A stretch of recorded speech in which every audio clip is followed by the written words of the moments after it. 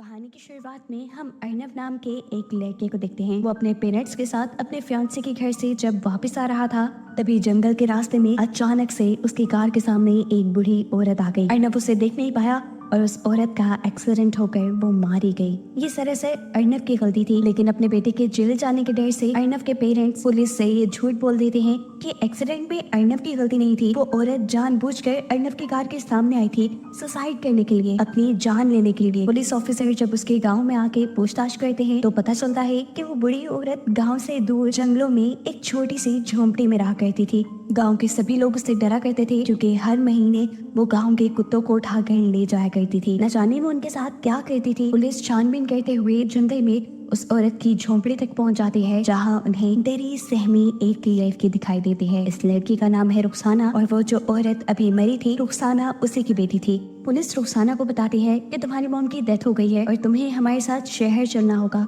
अजीब बात ये थी कि इस टाइम हम रुखसाना के मुंह पे कोई परेशानी, कोई दुख नहीं देख रहे थे, ऐसे जैसे उसे अपनी मॉम की मौत से कोई फर्क ही ना पड़ा हो। वो अर्नव और पुलिस के साथ शहर आ जाती है। सीन कट होकर हमें मुर्दा घर में एक आदमी को दिखाया जाता है। वो जब पोस्टमार्टम के बाद इस बूढ़ी औरत को दफन कर रहा था तो तब उसे उस औरत के हाथ पे एक अजीबोगरीब निशान नजर आता है। जिस निशान को देखते ही वो डर गया। उसने फौरन बांग्लादेश में एक आदमी को कॉल मिलाई जिसका नाम था प्रोफेसर कासिम अली। यह आदमी कासिम अली को बताता है कि उसने एक मरी हुई औरत के हाथ पे औलाद चक्र का निशान देखा है। ये बात सुनते ही कहानी एकदम से फ्लैशबैक में चली जाती है और हमें कासिम अली के पुराने दिन दिखाए जाते हैं जब कासिम अली क़यामत आंदोलन नामी एक मुहिम का हिस्सा थे। इस मुहिम के दौरान कासिम अली हर उस औरत को मार दिया करते थे जिसके हाथ पे औलाद चक्र का निशान होता था। ऐसे ही एक दिन जब कासिम अली एक औरत को मारने लगते हैं तो वो औरत कासिम अली की आंख में अगरबत्ती घुसाकर वहाँ से भाग जाती है। उस वक्त वो औरत प्रेग्नेंट थी। इस सारी कहानी को बताने का मकसद ये है कि वो औरत जिसे अभी मारा गया वो कोई और नहीं बल्कि वही औरत थी जो कासिम अली की आंख पर हमला करके भाग गई थी,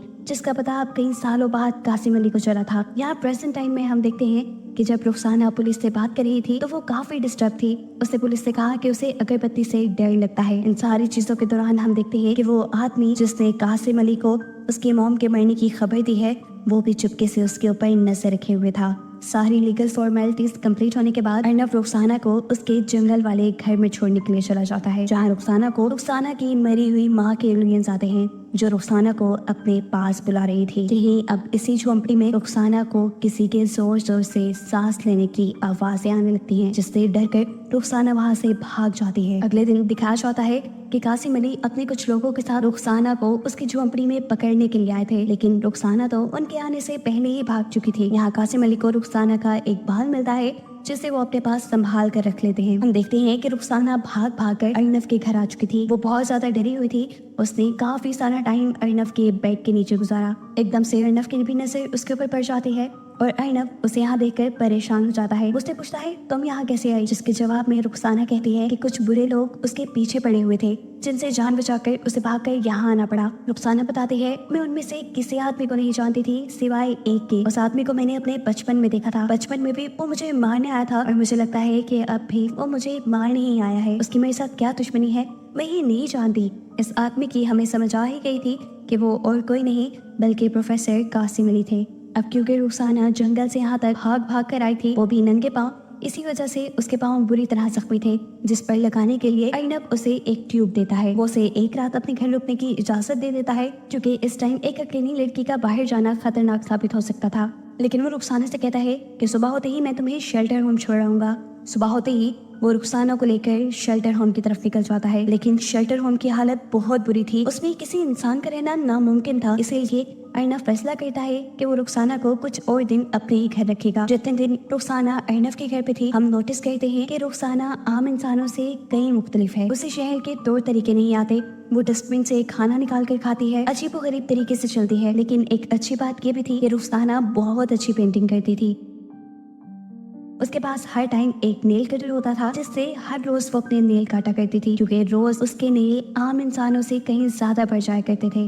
अर्नव इस चीज से परेशान एक दिन उसका नेल कटर छुपा लेता है और अपने नेल काटने के लिए रुखसाना छुरी का इस्तेमाल करती है, جس کی وجہ سے اس کے پاؤں بری طرح زخمی ہو جاتے ہیں۔ اس کے علاوہ اب ارنب کے گھر میں کچھ عجیب و غریب چیزیں بھی ہونے لگی تھی، یعنی جیسے ہی ارنب آفس کے لیے نکلتا تھا، ارنب کے گھر سے کچھ عجیب و غریب آوازیں سنائی دیتی تھی، جن آوازوں کے بعد رخسانہ کا بھی چہرہ بدل جایا کرتا تھا، اس کا چہرہ ڈراؤنا ہو جاتا تھا۔ ایسے ہی ایک رات میں رخسانہ کو بہت زور سے پیٹ میں درد ہوتا ہے، یہاں ارنب اس کے پاس اس کی مدد کے لیے آتا ہے، لیکن وہ ارنب کو بھی اپنے سے دور کر دیتی ہے۔ اس کے بعد آدھی رات میں جب ارنب سونے کے لیے چلا گیا تو تب ہم نے دیکھا کہ رخسانہ نے ٹیرس میں جا کر بلڈنگ سے جمپ کر دی، لیکن اس سب کے باوجود وہ مری نہیں، وہ تو زندہ سلامت ایسے نیچے تھی جیسے کچھ ہوا ہی نہ ہو۔ اور اس بات سے ہمیں معلوم ہوا کہ وہ کوئی عام انسان نہیں بلکہ ایک ایسے کریچر ہے جس کے بارے میں شاید ہم نہیں جانتے۔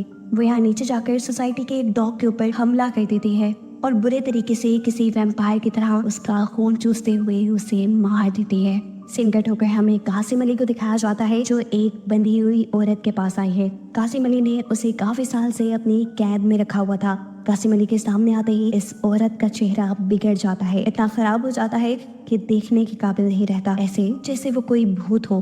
قاسم علی اس عورت کو ایک لڑکی کا بال دیتے ہیں اور کہتے ہیں سونگ کے بتاؤ کہ یہ اب کہاں ہے۔ یہ رخسانہ کا بال تھا جسے سونگ کر وہ عورت پروفیسر سے کہتے ہیں یہ تمہارے ہاتھ نہیں لگے گی، اس پہ باہر آئی ہے، اگر تم پھر بھی اپنی کوشش کرنا چاہو تو کر لو۔ یہ عورت اسے ارنب کا پتہ دے دیتی ہے جس کے گھر پہ آج کل رخسانہ تھی۔ اگلے ہی دن پروفیسر اپنے ایک اسسٹنٹ کے ساتھ ارنب کی سوسائٹی میں پہنچ جاتے ہیں۔ وہ ارنب کو روک کر بتاتے ہیں کہ تمہارے گھر پہ جو لڑکی ہے وہ انسان نہیں ہے، وہ ایک عفرت کی یعنی ایک ڈیول کی بیٹی ہے۔ صرف یہی نہیں، پروفیسر ارنب کو یہ بھی بتاتے ہیں کہ وہ لڑکی تمہارے ساتھ ضرور انٹیمیٹ ہو کر بچے پیدا کرنے کی کوشش کرے گی تاکہ وہ اپنی نسل کو آگے بڑھا پائے، لیکن تمہیں احتیاط کرنی ہوگی۔ ارنب جسے ان باتوں پہ بالکل یقین نہیں تھا وہ پروفیسر کو سیکیورٹی سے کہہ کر باہر نکلوا دیتا ہے، لیکن پھر بھی یہ لوگ ارنب کا پیچھا نہیں چھوڑتے۔ وہ مردہ گھر والا آدمی ارنب کا کنٹینیوس پیچھا کرنے لگ جاتا ہے، جس بات کا ارنب کو بھی اندازہ تھا، اسی لیے ان دونوں کے درمیان میں لڑائی ہو جاتی ہے اور اس لڑائی کے نتیجے میں ارنب کا سر پھٹ جاتا ہے۔ وہ جب گھر آیا تو رخسانہ اسے دیکھ کر پریشان ہو گئی۔ ارنب نے ساری سچائی رخسانہ کو بتائی کہ کس طرح ایک پروفیسر اسے ملا تھا اور اس نے اسے ایسی باتیں کہی ہیں۔ ارنب رخسانہ کو یہ بھی بتا دیتا ہے کہ اس کا سر مردہ گھر والے آدمی نے پھاڑا ہے۔ اس سب کے بعد ارنب تو سونے چلا جاتا ہے لیکن رخسانہ نہیں سوتی۔ ہم رخسانہ کو اس کے ایک عجیب اور اصلی بھیانک روپ میں دیکھتے ہیں۔ وہ اب کسی جانور کی طرح بہیو کر رہی تھی اور کسی جانور کی طرح ہی چھلانگیں لگاتے ہوئے وہ مردہ گھر میں جا کر بے دردی سے اس مردہ گھر والے آدمی کو مار دیتی ہے اور پھر دوبارہ اچھلتے کودتے ہوئے ارنب کے اٹھنے سے پہلے گھر واپس لوٹ آتی ہے۔ ارنب جب اٹھتا ہے تو دیکھتا ہے کہ رخسانہ بہت ہی پیار سے اس کے پاس بیٹھی ہوئی تھی، لیکن اسی ٹائم ہم دیکھتے ہیں کہ یہاں پر ارنب کی فیانسی آ جاتی ہے جو ان دونوں کو ایک ساتھ دیکھ کر غصہ ہو کر وہاں سے چلی جاتی ہے، اور اس سب کی وجہ سے ارنب بہت زیادہ ٹینشن میں آ جاتا ہے۔ وہ رخسانہ کو گھر سے نکل جانے کا آرڈر دے دیتا ہے اور غصے میں رخسانہ اسی کو گلا پکڑ کر ہوا میں اٹھا دیتی ہے۔ رخسانہ جانتی تھی کہ اس نے غلط کہہ دیا، اسی لیے وہ بار بار ارنب سے اس کی اس حرکت کے لیے معافی مانگتی ہے، لیکن ارنب بھی اب ڈر چکا تھا۔ رخسانہ کا یہ بیہیویئر دیکھ کر اسے پروفیسر قاسم علی کی باتیں یاد آنے لگی تھی۔ وہ گھر سے باہر نکل کر جب پروفیسر قاسم علی کے اوپر ریسرچ کرتا ہے تو اسے جو باتیں معلوم ہوتی ہیں اس سے اس کے ہوش اڑ جاتے ہیں۔ اسے معلوم ہوتا ہے کہ آج سے کئی سال پہلے بنگلہ دیش کے اندر لوگ لڑکیوں کو کڈنیپ کر کے ان کے اوپر کالا جادو کیا کرتے تھے۔ اس جادو کے دوران ایک کلٹ لڑکیوں کو ڈیول کے حوالے کر دیتا تھا۔ وہ ان لڑکیوں کے ساتھ انٹیمیٹ ہوتا تھا تاکہ اس کے انسانوں جیسے بچے اس دنیا میں آ سکے۔ جو لڑکیاں عفرت کے ساتھ انٹیمیٹ ہو جاتی تھی ان کے ہاتھ پہ اولاد چکر کا نشان بنا دیا جاتا تھا، جیسا رخسانہ کی موم کے ہاتھ پہ تھا۔ یہ کلٹ اور ان کے یہ کام اتنے زیادہ بڑھ گئے کہ ہر طرف ہنگامے ہونے لگے اور اس کو ختم کرنے کے لیے پروفیسر قاسم علی نے ایک مہم شروع کی۔ وہ ڈھاکہ یونیورسٹی کے ایک پروفیسر تھے، انہوں نے ڈیول یعنی عفرت کے اوپر بہت ساری ریسرچ کی ہوئی تھی اور وہ عفرت اور عفرت سے جڑی ہر چیز کو اس دنیا سے مٹانا چاہتے تھے۔ اس مہم کو قیامت آندولن کا نام دیا گیا تھا، جس میں لوگ ان لڑکیوں کو بچہ پیدا ہونے کے بعد مار دیا کرتے تھے جن کا ڈیمن کے ساتھ کوئی تعلق تھا۔ قاسم علی تقریباً ساری لڑکیوں کو مارنے میں کامیاب ہو گیا، لیکن ایک لڑکی اس کے چنگل سے بچ کر بھاگ گئی جو تھی رخسانہ کی موم۔ صاف مطلب یہ تھا کہ رخسانہ بھی ایک عفرت کی یعنی ڈیول کی بیٹی تھی۔ ایسے بچے وہ بہو انسانوں کے دہائی دکھتے ہیں لیکن انسانوں سے کہیں زیادہ طاقت ہوتی ہے ان میں۔ ان کے ناخن اور بال بہت جلدی بڑھ جاتے ہیں۔ انٹرسٹنگ بات یہ ہے کہ ڈیول کے جتنے بھی بچے پیدا ہوئے وہ سب کی سب لڑکیاں تھیں، اور اگر یہ کسی انسان کے قریب آ جاتی تو 1 مہینے کے اندر اندر ان کے بچے پیدا ہو جاتے۔ ڈیول کے ان بچوں کے اندر زہر بھی ہوتا ہے جسے ہر مہینے انہیں نکالنا پڑتا ہے۔ اگر یہ ہر مہینے اس زہر کو نہ نکالیں تو اس زہر سے یہ خود ہی مر جائیں۔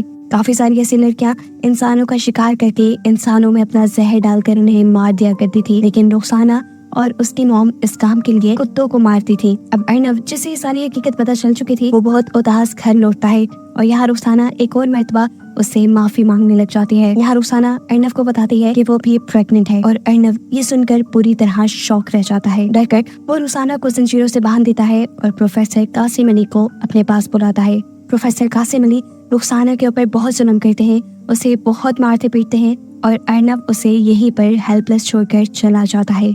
इस सारे वाक्य के बाद अर्नव बहुत ज्यादा डिप्रेस हो चुका था। कई हफ्ते वो एक ही कमरे में बंद रहा। अर्नव के पेरेंट्स को लगा कि शायद अर्नव की एंगेजमेंट टूटने की वजह से सब हो रहा है, इसीलिए वो अर्नव की फियांसी को घर बुला लेते हैं, जहाँ वो अर्नव से कहती है, तुम क्या ड्रामे कर रहे हो, खुद ही गलती की है और खुद ही ड्रामे कर रहे हो, चलो खत्म करो ये सब। और यहाँ डिप्रेस्ड अर्नव उसके सामने सब बता देता है। क्योंकि ये उसकी दोस्त थी बहुत अच्छी, अर्नव सब कुछ उससे शेयर कर लेता था। अर्नव अब उसे रुखसाना की सारी कहानी सुनाता है। ये कहानी सुनकर वो लड़की भी शॉक थी। अर्नव उससे कहता है, रुखसाना एक डेविल की बेटी नहीं, रुखसाना एक शैतान नहीं, बल्कि उससे बड़ा शैतान तो मैं हूँ, जो मैं उसे ऐसे अकेला छोड़ाया, ये जानते हुए भी कि वो मेरे ही बच्चे की मां बनने वाली है। यहाँ अर्नव की फियांसी सारी सिचुएशन समझते हुए और अर्नव की दिमाग की हालत को देखते हुए उसे कहती है, जाओ तुम जाकर रुखसाना की मदद करो। अर्नव फौरन अपने फ्लैट में जाता है और वहाँ जाकर वो देखता है कि रुखसाना तो वहाँ से भाग चुकी थी और जो लोग रुखसाना के ऊपर नजर रखे हुए थे, रुखसाना ने उन्हें मारकर फांसी से लटका दिया था। सीन कट हो गए, हमें रुखसाना को दिखाया जाता है जो कासिम अली के घर पहुंची है। कासिम अली उसे यहाँ देखकर शॉक था। इससे पहले कि कासिम अली कुछ करता, रुखसाना यहाँ उसकी गर्दन को तोड़ते हुए उसे मार देती है। मरने से पहले कासिम अली कुछ मैजिकल स्पेल्स भी बोल रहा था, जिसकी वजह से रुखसाना कंट्रोल में आ जाती, लेकिन ये मैजिकल स्पेल्स रुखसाना के ऊपर कोई काम नहीं करते क्योंकि रुखसाना ने हेडफोन्स लगाए हुए थे। इस सब के बाद रुखसाना जाते हैं अर्नव की फियांसी के घर, जिसकी वजह से उसके और अर्नव के दरमियान में दूरियां आई थी। वो यहाँ इस लड़की को मारना चाहती थी, लेकिन अपने आप को बचाने के चक्कर में वो गलती से रुखसाना के पेट पे वार कर चुकी थी। रुखसाना के पेट पर हमला करने की वजह से उसे पेट में दर्द होने लगा था और अब वो टाइम आ गया था जब रुखसाना अपने बच्चे को पैदा करती। अर्नव की फियांसी भी यहाँ अपनी जान बचाकर भागने के बजाय रुखसाना की मदद करती है उसका बच्चा पैदा करने में। और हमें दिखाया जाता है कि जब रुखसाना का बच्चा पैदा हुआ तो उसकी एम्बिलिकल कॉर्ड भी थी, जिसके जरिए पेट के अंदर बेबी मदर बॉडी से अटैच होता है। और ये इस चीज का साइन था कि रुखसाना का जो बेबी पैदा हुआ था वो एक ह्यूमन बेबी था। अगर वो एक शैतान का बच्चा होता तो उसकी एम्बिलिकल कॉर्ड ना होती। रुखसाना अब इस बच्चे को अर्नव की फियांसी को देकर यहाँ से चली जाती है और जब तक अर्नव यहाँ पहुँचता है तो वो यहाँ नहीं थी।